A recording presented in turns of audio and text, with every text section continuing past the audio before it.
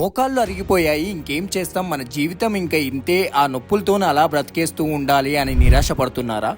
శరీరంలో జీవధర్మాలు క్రమక్రమంగా తగ్గిపోతుండడంలో భాగంగా అరుగుదల కూడా త్వరగా మొదలైపోతుంది. అదేవిధంగా వెయిట్ ఉండడం వల్ల ఆ వెయిట్ ప్రభావం చేత మోకాళ్ళ మీద పడడం చేత దానివల్ల కూడా మోకాళ్ళ నొప్పులు చిన్న వయసులోనే కలుగుతున్నాయమ్మా.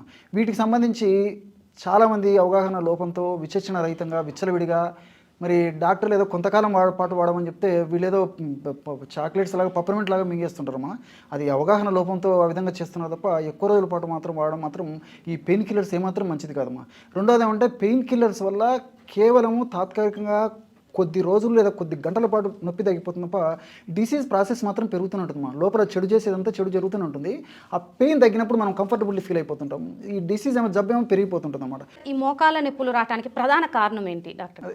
శారీరక శ్రమ తక్కువైపోయిందమ్మా.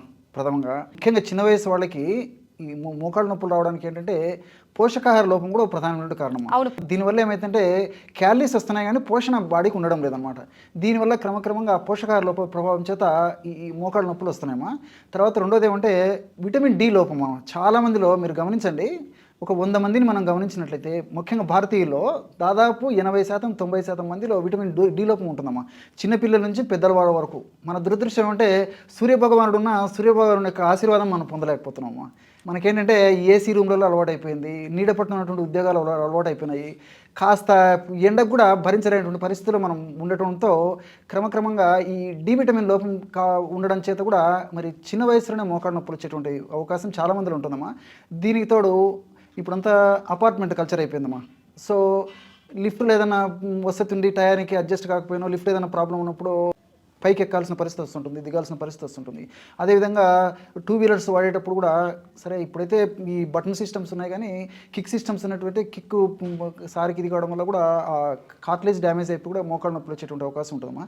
వీటికి తోడు మరి వయసు ఉన్నటువంటి వాళ్ళలో ముఖ్యంగా షుగరు, తర్వాత ఈ ఒబెసిటీ ఇలాంటివన్నీ కూడా కారణాలు ఉంటాయమ్మా.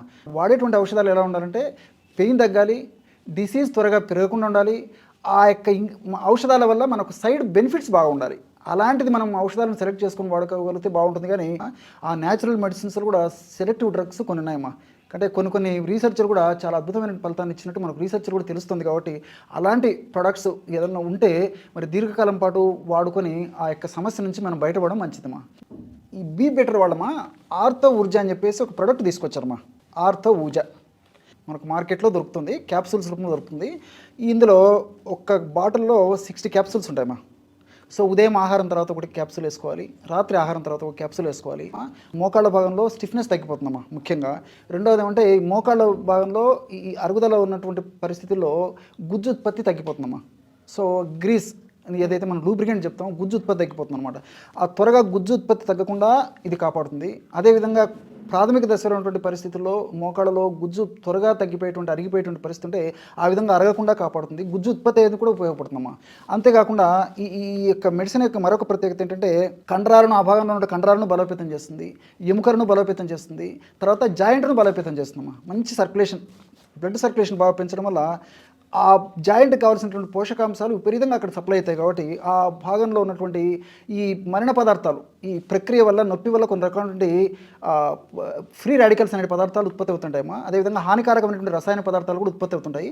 ఆ యొక్క పదార్థాల యొక్క ఉత్పత్తిని తగ్గించడమే కాకుండా వాటి యొక్క శక్తిని కూడా నిర్వీర్యం చేసేటువంటి ఔషధ గుణాలు ఉన్నటువంటి ఈ యొక్క ఆర్థో ఊర్జా మనం వాడుకోవడం వల్ల క్షేమదాయకంగా ఉంటుంది. దీర్ఘకాలం వాడినప్పటికీ ఎలాంటి ఇబ్బంది ఉండదమ్మా. కాబట్టి ఇలాంటి సమస్య ఉన్నటువంటి వాళ్ళు మరి రోజు ఉదయం ఒకటి రాత్రి ఒకటి ఆహారం తర్వాత ఈ ఆర్థో ఊర్జా వాడుకోవడం వల్ల చక్కటి ఫలితాలు కలుగుతాయమ్మా. సో చూసారు కదా, ఆర్థో ఊర్జాని మీరు ఆర్డర్ చేసుకోవాలనుకుంటే కంపెనీ నంబర్ ఇక్కడ డిస్ప్లేలో ఉంటుంది. ఈ నంబర్కి కాల్ చేసి ఆర్డర్ చేసుకోవచ్చు. దాని యూసేజ్ కూడా మనకి ప్రోడక్ట్ మీదే మనకి డిస్ప్లే చేసి ఉంటుంది.